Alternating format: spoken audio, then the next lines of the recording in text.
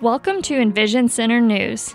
Today's episode is all about NAMI Far North with President Dr. Don Mira and our own spin coordinator, Jackie Carter. We hope you enjoy. Welcome to EnVision Center News. I am Jackie Carter, the Service Provider Coordinator for the Community Resource EnVision Center, and my special guest today is Dr. Don Mira. Don is the president of NAMI North Idaho. Thank you, Don, for joining us today. She's joining us from beautiful Costa Rica.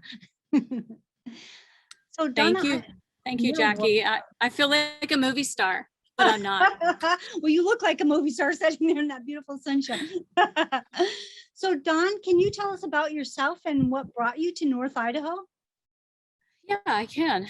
So I'm a 30-year resident of Sandpoint in Pennsylvania, but I came here in 19 whenever. Anyway, my husband is veterinarians, and in two we were of our practice in Jackson, Wyoming, to attend a wedding in Sandpoint.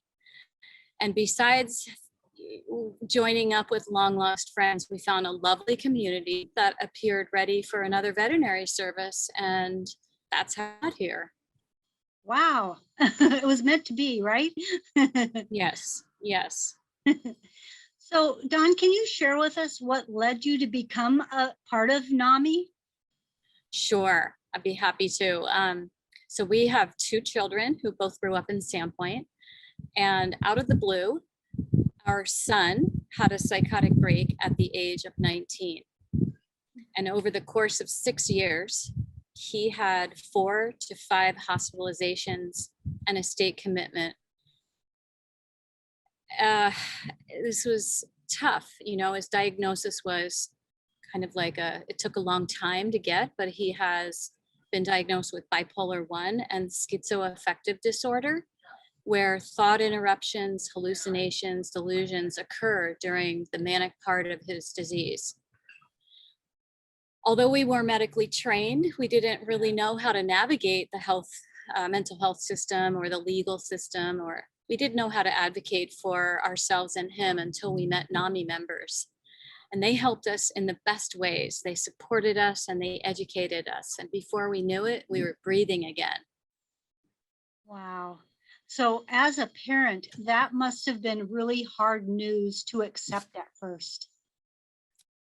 It was so tough. I kind of feel like that part of my life was just unreal. And there are all kinds of family dynamics that happened at the same time. You know, people don't really understand mental illness, and that goes to the family. It's not just everyone around us in the community. It's our family members that we have to start with. And so that was really hard. Yes, I can understand that. So what led you, how did you come across NAMI?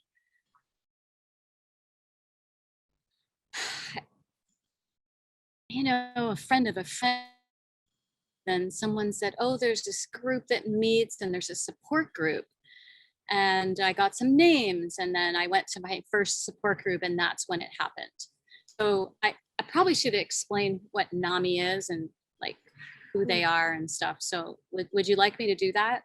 That would be wonderful. Thank you. Okay. So NAMI stands for National Alliance for Mental Illness, and they are the largest grassroots organization in the United States that are dedicated to enhancing lives for millions of Americans that are affected by mental illness. And their mission statement is that they provide advocacy, education, support, and public awareness. Their values, which I totally felt right away, were one of hope and the possibility of recovery. They're inclusive, they empower, they deal with you with compassion and fairness, no matter who you are, whether you have a mental illness or you're a family of someone that does. Wow, thank you so much for that. So you talked about support groups.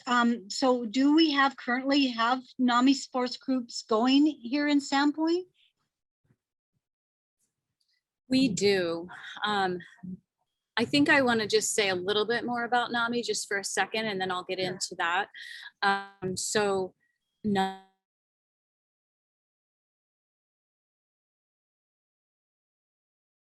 and today its impact is amazing. So they're the nation's leading voice on mental health, and they have 600 local affiliates, 4 state organizations. And our affiliate is called NAMI Far North. And so getting into what we do everything NAMI does, but on this community level, we have support groups, and they're called Connections. And there's also, so that Connections is the one for people who live with mental illness that are recovering or recovered, or for whatever reason, they love to be together and talk about what's going on with their lives. There's a lot of stigma. There's a lot of good things that happen to them too, that they like to share. And then the other one is for family. So it's called Family Support Group. And that is for family members and caregivers, or friends, like super close friends, that they're very confidential. I want to add that have to be confidential, and they have a very specific way of dealing so that you get your turn and you can listen to everyone's input. So very well organized is what I'd like to say. Everything has to be done a certain way.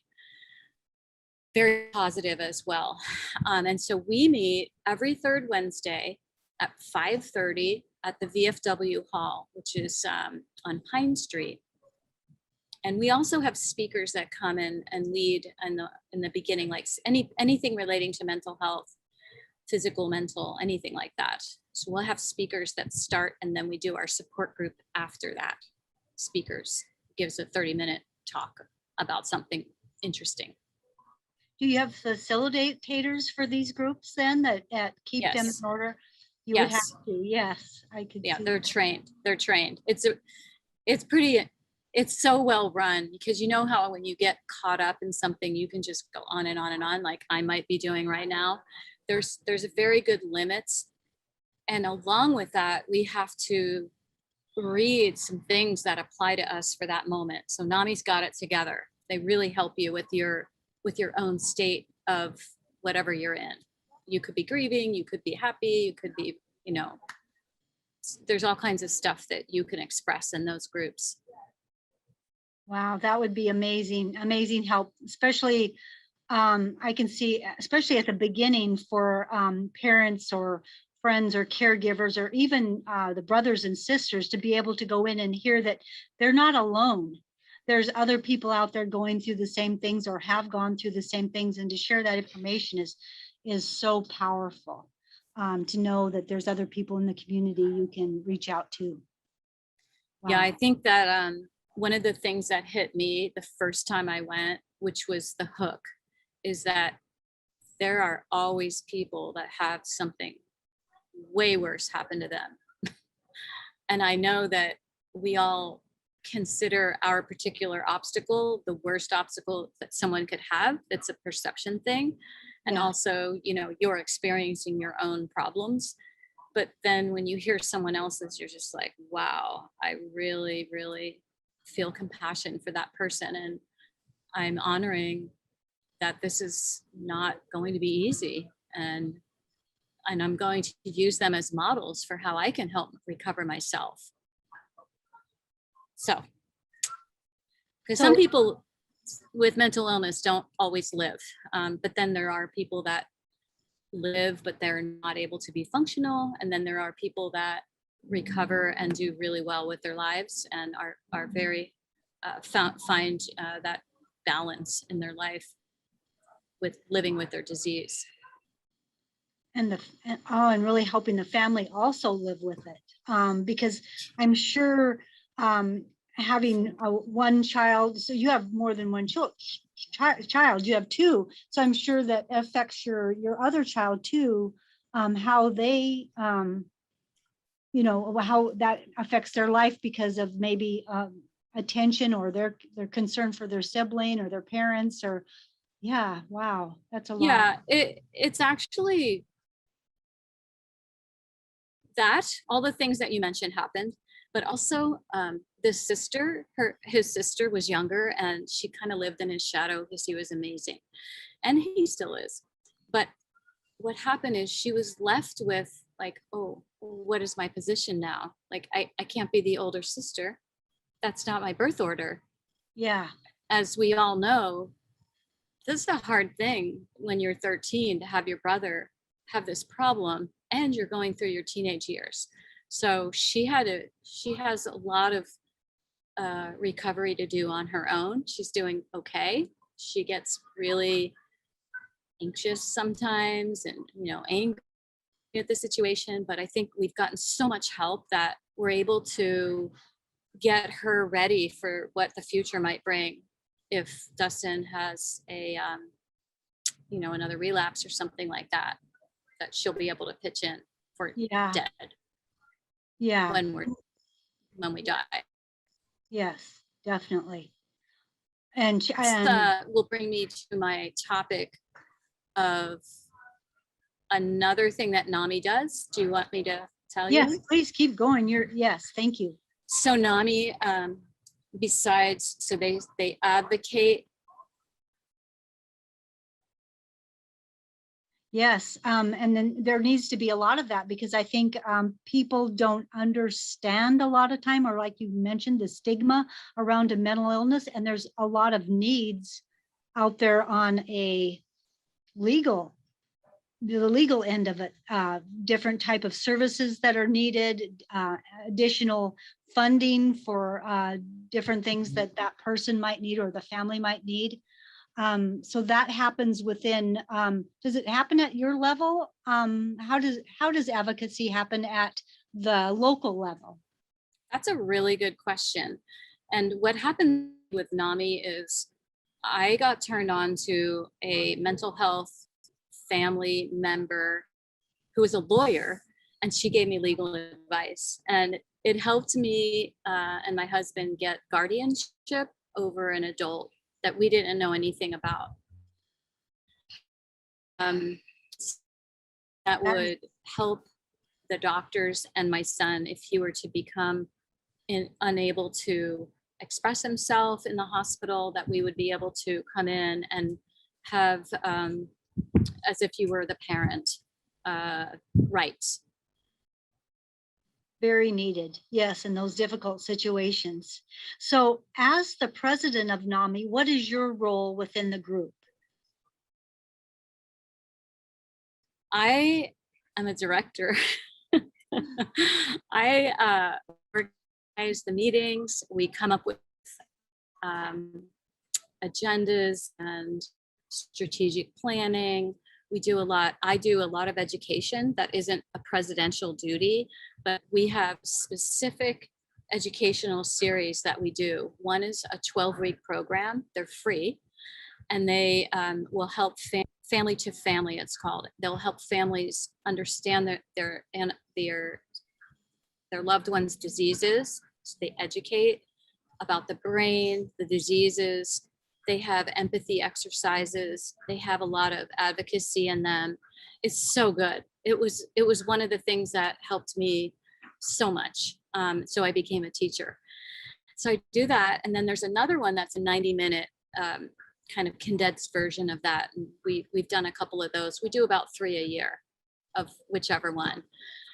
So that's one of the things. As far as presidency goes, I just organize things that we can do and get us moving towards our missions for the group. And I was fortunate enough about 1.5 years ago to be in the 90-minute presentation. And I thought that it was so amazing. I deal with a son that deals with mental health issues and addictions, and it just spoke to my heart. What I really took away from it is yourself and the other speakers, how they were able to share their journey along this path with their child, and what the journey is like today, still with that child, and in a realistic way. So those of us that maybe have never talked about it really can understand what it looks like in the long term for the parent. It's not like having a cold and then you get better in a couple days. This is something that is most of the time lifelong in one way or the other. So it was so informational, and I really appreciated it. And it really, I didn't know much about NAMI before that, but it surely made me really respect the group and how they interact with those in the community that needs this kind of education and assistance. So my hats go off to your group, because that's amazing. One of the questions that come to mind that I haven't asked yet is, what would you say as a group you're most successful at? What have been your wins since you've been with the group, Dawn? I think the best part of what we've done, we had a crisis line for a while, and I felt like that was so helpful. It was discontinued for a couple of reasons, but that was a big deal and very successful. But support and education are probably the biggest things that we have done in the past. And that's why I'm here. And we have such a good group, and our board is varied. So we have a law officer on our board. We are previous retired, and then we have a suicide prevention therapist. She's a psychologist on our board. We've got people that have mental illness themselves on the board, and then a therapist. So we've got this great range of people that help us do supporting and education. That's amazing. It takes time. It takes time. It seems like it's a one word thing, but it's so much time. Yeah, definitely. Definitely. How do we get a hold of you? If somebody's new and coming in and they this is their first time, how do they join in with NAMI? Well, the first thing is you can drop in at a meeting. We have the support meetings every third Wednesday, 5:30 at the Pine Street VFW. And you just drop in 5:30, and it usually lasts about 2 hours. So that's one way. You can use our website, and the website has, let me just make sure I've got it right here. It is namifarnorth.org, all one word. We also have a Facebook page. It's at NAMI Far North. Those are the three ways. Oh, there's another way. You can call me 208-290-1768. Wonderful. Thank you for sharing that information. So then my last question. So what's next for you, and what's next for NAMI Far North? Well, what we're working on right now is we just finished our last strategic plan, so that's great. That's all just business stuff.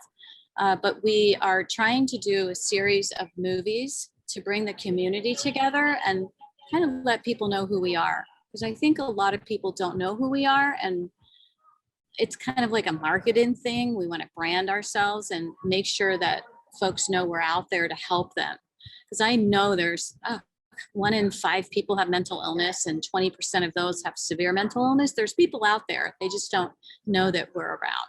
So the movie nights are going to be every 2 to 3 months. We're having one come up in March, and they're usually PG rated, so that we can have children there, and that's nice for parents. And we'll have free food. We did a free tacos and tickets last 2 months ago, and that was really fun. Good idea. And then, yeah, it was really fun. We have Jupiter Jane. She's our girl. Oh yeah. She's so fun. And then we also are working on a big project, which is this idea of having a clubhouse, which would be a place for people that are recovering from mental illness or are, rehabbing or whatever they're doing. They need some quiet, but they want to be out of their homes, because a lot of recovery, first of all, it takes 1 to 3 years for the brain to rewire once it stops being on fire, I guess you could say. And so this house is really important, because when people get out of the state hospital or a hospital, oftentimes they don't really have anywhere to go unless they have a family that can care for them in the way that they need. And my son was lucky that we were able to do that. It was tough, but we did have some resources and patience and medical knowledge and all of that. But not everybody has that. And so this clubhouse would be a place for them to come where they can either they can just lounge if they want. They don't have to do anything there. They could have help if they wanted, learn new skills, garden, paint, whatever they want to do. Maybe there's a jobbery, like a vocational center there. We'd also like to use it as our big space for meetings and speakers and things. So that's our idea, and I can't wait to do it. We just need to plan it and then fund it. Awesome. Well, that sounds like a wonderful idea for our community. So it's something to look forward to and move forward to and work on as a group and a community. Is there anything else that you want to share in our talk today? No, just thanks for doing this for us, because I think we have a lot to offer and people just don't know. So thank you so much, Jackie. You asked really good questions. And I totally agree with you. It's not very well known. It's a word that I saw a lot, and I knew it was a good word, but I didn't know what the scope of it was. So I'm glad to do this today. And I also want the audience to know that you're going to be part of our upcoming mental health services for our community meeting, our SPIN meeting that's happening on Thursday, February 17th from 8 a.m. to 10 a.m. here in the Community Resource and Visions conference room. So you'll expand a little bit more for our audience and join the other mental health providers that will be here. I think that this time going, which I am hoping is post-COVID, as people start to move back into what we call a normal life, that this is a good time to talk about how we can work on our mental health just like we would our physical health and our spiritual health. So I think this is a great time for this, and I'm so thankful that you've taken the time to talk and to be open about your own journey with your son and your family. It's so important. I've learned a lot from my own life from listening to you, and I just admire what you've done, and that you did this all as a professional woman with a practice and owning a business at the same time. So just that you're, that you speak well for keeping it all together. So I admire that about you. You're a great role model for the rest of us. So enjoy the rest of your time in the sunshine. I know vitamin D is well needed at the year, and we'll see you in February. All right, Jackie, thank you. Thank you, Dawn. You have an awesome day. Thanks. Bye-bye. I will. Bye-bye. Thanks for listening to today's episode.